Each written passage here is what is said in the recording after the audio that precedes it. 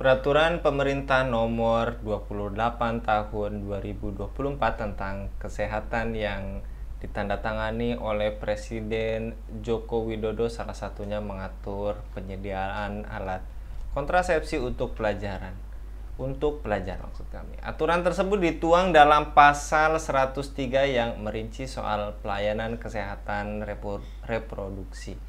Upaya kesehatan sistem reproduksi usia sekolah dan remaja sebagaimana dimaksud dalam pasal 101 ayat 1 huruf B paling sedikit berupa pemberian komunikasi, informasi, dan edukasi serta pelayanan kesehatan reproduksi bunyi pasal 103 ayat 1 PP Kesehatan. PP tersebut melegalkan zina untuk remaja. Apakah PP tersebut juga mengandung unsur-unsur pemikiran transnasional terkait seks bebas yang sangat berbahaya, dan apakah pemerintah harus membatalkan PP nomor 28 tahun 2024? Untuk membahasnya kami terhubung dengan Kiai Abu Inas dari Forum Tabayun. Kita sapa terlebih dahulu. Assalamualaikum warahmatullahi wabarakatuh Pak Kiai. Waalaikumsalam warahmatullahi wabarakatuh. Kabar baik Pak Kiai?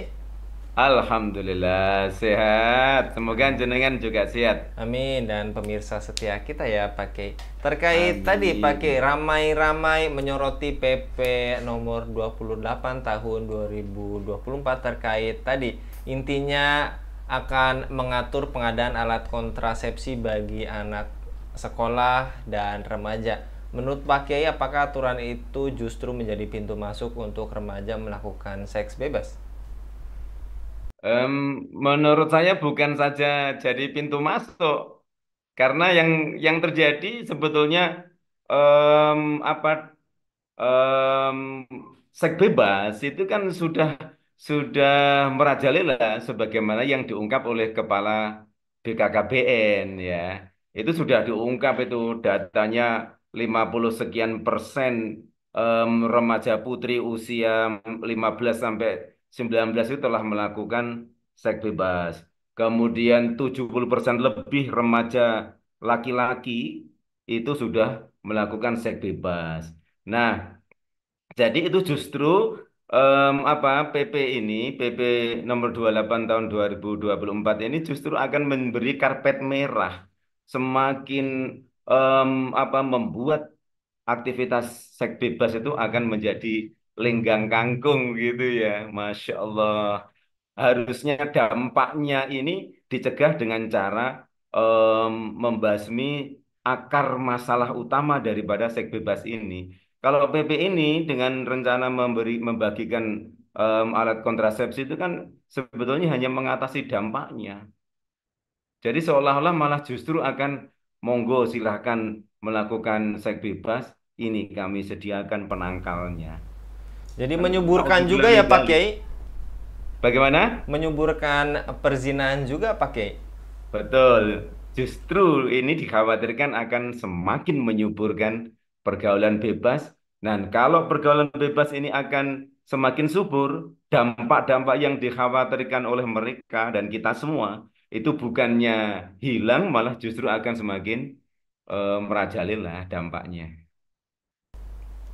Dan terkait fakta yang mengerikan ini juga pernah kita bahas beberapa bulan yang lalu ya pakai terkait permintaan dispensasi pernikahan gitu pakai. Dan Betul, iya. sebetulnya apa pakai dari normalisasi perzinahan di kalangan remaja dan pelajar ini pakai? Em, Sebetulnya ini ibarat gunung es ya.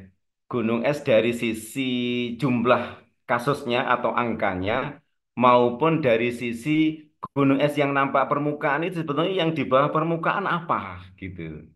Nah, sebenarnya yang terjadi adalah karena adanya ideologi sekulerisme dan liberalisme yang banyak menjangkiti, mencengkeram dan dianut oleh remaja kita. Jadi remaja kita saat ini banyak menganggap bahwa dirinya ini boleh mengeksplorasi alat-alat seksualnya itu secara bebas. Nah, ini adalah dampak daripada salah satu pemikiran liberalisme itu kan mengatakan bahwasanya setiap individu itu mempunyai hak, hak namanya hurriyatus sahsiyah, kebebasan untuk berperilaku. Padahal kalau dalam Islam, setiap perbuatan itu kan harus terikat pada hukum syara. Sedangkan dalam prinsip sekulerisme liberalisme itu setiap individu bebas melakukan apapun dan dia dibatasi oleh kebebasan orang lain.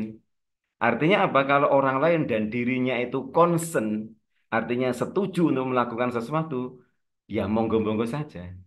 Nah, inilah pemikiran atau akidah sekulerisme, liberalisme yang berada di balik apa berada di balik maraknya seks bebas itu yang dampaknya semakin mengerikan ini. Jadi akar masalah inilah yang harus diselesaikan, harus di harus dibersihkan dari tubuh umat Islam ini pemikiran-pemikiran sekulerisme dan liberalisme itu. Demikian, Mas. Jadi bisa diartikan keluarnya PP nomor 28 tahun 2024 bisa jadi solusi khas ideologi yang tadi Pak Kiai sampaikan, sekularisme dan liberalisme. Apakah harus ditolak Pak Kiai? Betul, itu harus ditolak. Karena apa?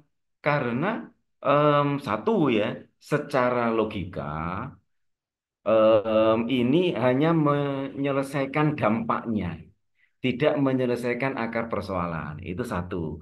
Dan yang kedua, secara diametral, adep-adepan ini, pemikiran liberalisme, sekularisme liberalisme itu jelas-jelas bertabrakan dengan ajaran prinsip-prinsip Islam. Maka wajib ditolak ini.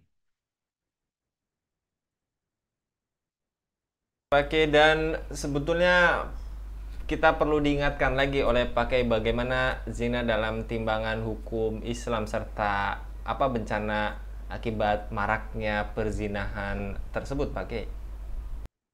Ya Allah, ini ya.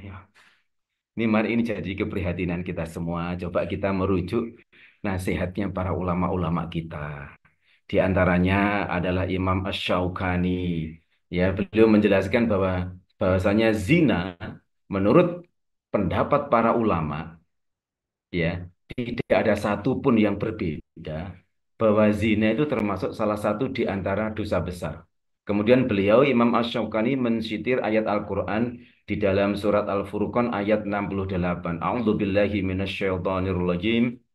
والذين لا يدعون مع الله إلها آخر ولا يقتلون النفس التي حرم الله إلا بالحق ولا يزنون ومن يفعل ذلك يلقى أثاما.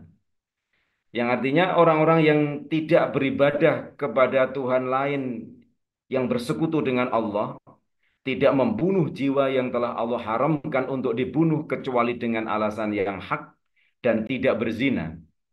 Maka siapa saja yang justru melakukan hal demikian itu, niscaya dia mendapat pembalasan dosanya. Nah, ini dalil yang dipakai oleh Imam Ash-Shawqani sehingga beliau berpendapat bahwa zina itu adalah dosa besar setelah syirik, dosa besar setelah membunuh orang tanpa hak. Masya Allah, ini. Kemudian Rasulullah Shallallahu Alaihi Wasallam mengingatkan kita dalam satu hadisnya yang sangat terkenal itu ya. Idza dhaharaz zina war riba fi qaryatin faqad ahallu bi anfusihim adaballah. Jika zina dan riba sudah menyebar di suatu kampung atau di suatu negeri, maka sungguh mereka telah menghalalkan azab Allah atas diri mereka sendiri. Jadi yang mengundang azab itu ya kaum itu sendiri, yakni dengan cara mereka menyemarakkan zina dan menyemarakkan riba. Nah, zina wabil khusus itu akan merusak apa namanya merusak garis nasab. Kemudian zina itu akan menyuburkan penyimpangan-penyimpangan seksual. Kemudian zina akan menyuburkan penyakit-penyakit yang di masa-masa sebelumnya itu tidak dikenal oleh umat manusia. Nah, zina akan menyuburkan penyakit HIV, penyakit AIDS, penyakit-penyakit menular seksual lainnya. Dan ini data-datanya itu sudah begitu gamblang di hadapan kita. Nah, rupanya apa namanya prinsip-prinsip ideologi sekulerisme, liberalisme ini hanya berupaya untuk mengatasi dampak, tidak berupaya untuk mengatasi apa namanya akar permasalahannya. Inilah apa namanya bahayanya zina itu sedemikian itu. Nah, kalau kita tidak segera bertindak, salah satunya adalah dengan menolak PP ini, maka dikhawatirkan kerusakan sosial yang sebagaimana digambarkan tadi itu justru akan semakin merajalela. Baik, mudah-mudahan ini menjadi pengingat kita bersama ya Pak Kiai terkait tadi bahayanya Amin, zina betul-betul. dan akibatnya ketika maraknya zina sudah di mana-mana Pak Kiai. Jasa kalau sekali lagi Pak Kiai, mudah-mudahan Wa Pak Kiai iyyakum. senantiasa diberi kesehatan dan diberikan kemudahan dalam setiap aktivitasnya. Amin ya rabbal alamin. Demikian jenengan semua dan seluruh pemirsa. Amin. Demikian pemirsa Ilava News yang dirahmati Allah, jangan lupa untuk subscribe, share, dan like sebanyak-banyaknya. Semoga menjadi amal kebaikan bagi kita semua di dunia dan di akhirat. Saya Anggi Suara diundur diri. Assalamualaikum warahmatullahi wabarakatuh.